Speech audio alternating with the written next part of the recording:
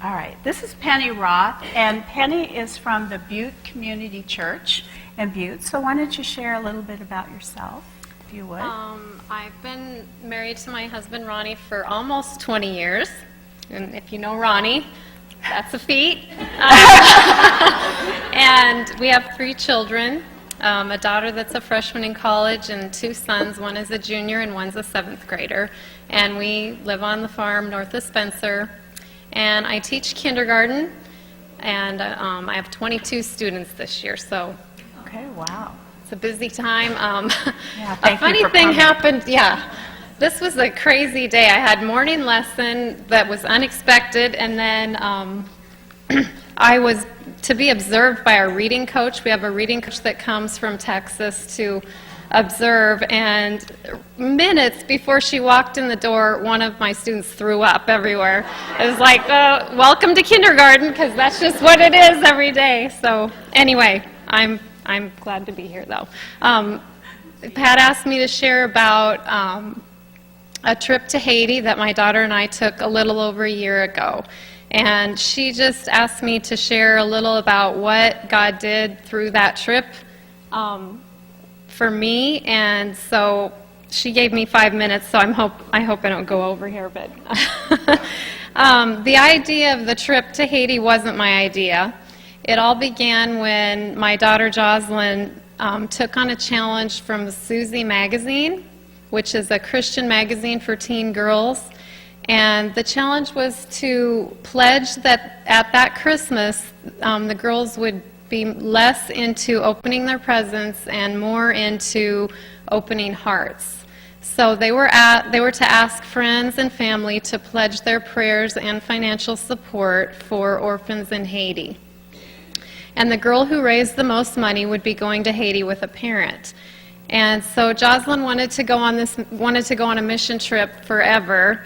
And I just saw God move in a huge and mighty way through the hearts of the people in our communities, at her school, with her teachers, and then most of all, from me, in a way that I didn't think about. When she first told me she wanted to try to win this contest and go on the mission trip, I said, well, sure, but she had I think it was only a 2 or 3 week time period, and it was right before Christmas, and I said, well, don't get your hopes up, but she decided that she would just tell people and pray, and whatever they felt led to give, she was fine with it, because she knew that the money would go to these girls in the orphanage anyway. But then I saw her getting out the phone book and contacting people that I didn't even think she knew, and she just really wanted to help the girls most of all. And so most of the time we saw that the people who had the least were the ones who gave the most to her. And she ended up winning the contest. She raised almost $3,000. And so then I had to prepare my heart to take my 17-year-old daughter to Haiti, because this was a trip that through the Global Orphan Project, they were doing a mother-daughter tour, and they had never taken mothers and daughters without men. You don't go to Haiti without men. And so it was a big step for them and a huge step for me. So Jocelyn started noticing that I was having reservations, and I didn't want to spoil that trip for her, so I had to just really ask God to calm my heart and ease those fears that I had, and I was still very nervous, of course. And when we got ready to fly, due to crew rest, right away out of Sioux City, they had crew rest the night before, or they got in late, so they had crew rest, so we didn't fly out. And so we were delayed getting to our next flight and delayed getting to Miami, and so the rest of the group that we were to meet up with went on to Haiti.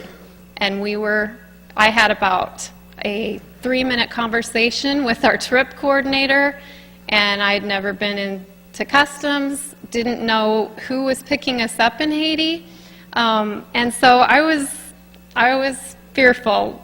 But we had people back home praying for us, and I could feel that. But I think God knew that I needed some extra practice trusting Him through all that. And okay, then I saw how Jocelyn was just so upset that we were not getting to Haiti. She really wanted to get there. And I was upset that we were getting to Haiti and we were going by ourselves. And so I had to just ask God for that bold attitude that she had, because you can see it in teens and youth so many times. They're just jumping into life, and that's what I really needed. And 2 Timothy 1:7, the first part says, God didn't give us a timid spirit, but a spirit of power, love, and good judgment. And so I just really had to hang on to that. Well, we made it to our group finally. It took us a little time to find the person that was picking us up. And if you know anything about Haiti, Port-au-Prince at the airport is probably the most dangerous, one of the most dangerous parts, because, well, it's just not a good idea to be there alone. But God was with us through that. We got to our group, and I don't know if I was expecting to see sad little orphans sitting around, but I definitely was surprised, because the people of Haiti, and you don't need to switch that just yet. I'll tell you when we're ready for that, but they have such a joy. I mean, they have so little of everything except joy. They worship in their churches and to people and on the street like nothing I've ever seen before. And the orphans sing with a passion. The people in the churches, they walk miles to get to church, and they're in a church that has no air conditioning, no comfy chairs, nothing like this, no roof. And they're worshiping in a way I've never seen before. And so God just really changed my heart and touched me when I saw that. I saw pastors who sacrificed everything to provide orphanages for children.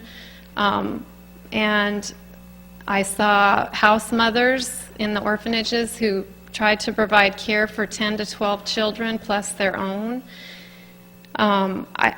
There's so many stories about Haiti that I could go into, but I don't have time because we're on a time frame here. But God just moved in a mighty way, and he's moving in the hearts of those people, and he definitely changed mine. And definitely God broke my heart for the children. And there's a picture of myself with Jennifer. That's the picture. I wanted to bring all the kids home, of course, but Jennifer was the one that I just wanted to put in my suitcase. And she said her name is Jennifer, but she was very ornery, and Jocelyn said, Mom, of all the kids there, why would you pick her? I just, she was just afraid that was going to be a little sister, I think. But I still pray daily for Jennifer because she just touched my heart. But I also pray for the mamas because it just really humbled me. We as women went there and we had an extra suitcase full of things for the children. And so we were all disappointed when we were told we weren't going to be giving those gifts to the kids personally. And, everybody was kind of like, oh, we just wish we could be giving the kids this stuff. And then our trip coordinator pointed out to us that, how would you feel if you had children and you would like to give them gifts and you can't? You can't provide even meals for them sometimes. And then you have these white women coming in and giving your children gifts that you want to give. And so that just humbled me. It breaks my heart thinking about it right now. But so we put that stuff in a room, and then those women, when we were gone, were able to get that stuff out and give their children gifts from us. And what a blessing that was to learn later, that, and just to think about it now, what they felt being able to do that. And so I think there's a picture. The next picture is Jocelyn with a little girl that she would have liked to bring home, or a couple of them. And then there was also a picture of the house mamas, and maybe they can't get that one up, but anyway, they were very, very special and dear, because when we would pull into some of the orphanages, we'd see them leave, but then they'd come back and they'd put on their finest clothes to meet us, and they wanted to, just be looking special for us, and I saw them worshiping with the children in a way that I just had never seen before as well. And then there's also a picture of the church that we went to and worshiped in, and you'll see there's no roof, no lights, no pictures on the wall, no comfy chairs, no air conditioning, but we were there for about 3 hours, and it was over 100 degrees, and we were told it was nothing for them to worship for 5 hours. So once again, I just want to read 2 Timothy 1:7 and 8. God didn't give us a timid spirit, but a spirit of power, love, and good judgment. So never be ashamed to tell others about our Lord, or be ashamed of me, his prisoner. Instead, by God's power, join me in suffering for the sake of the good news. I did write one more thing. When you're in Haiti, the smell kind of gets in your skin, and it's not necessarily a great smell, and so when you come home, you feel like you smell like Haiti for quite a while. And I just kept saying, I'm not getting the Haiti washed off, but Haiti also gets into your heart, and it just doesn't leave. And I hope that I'm never completely washed of that experience. It was one that God revealed to me some great and awesome things, and I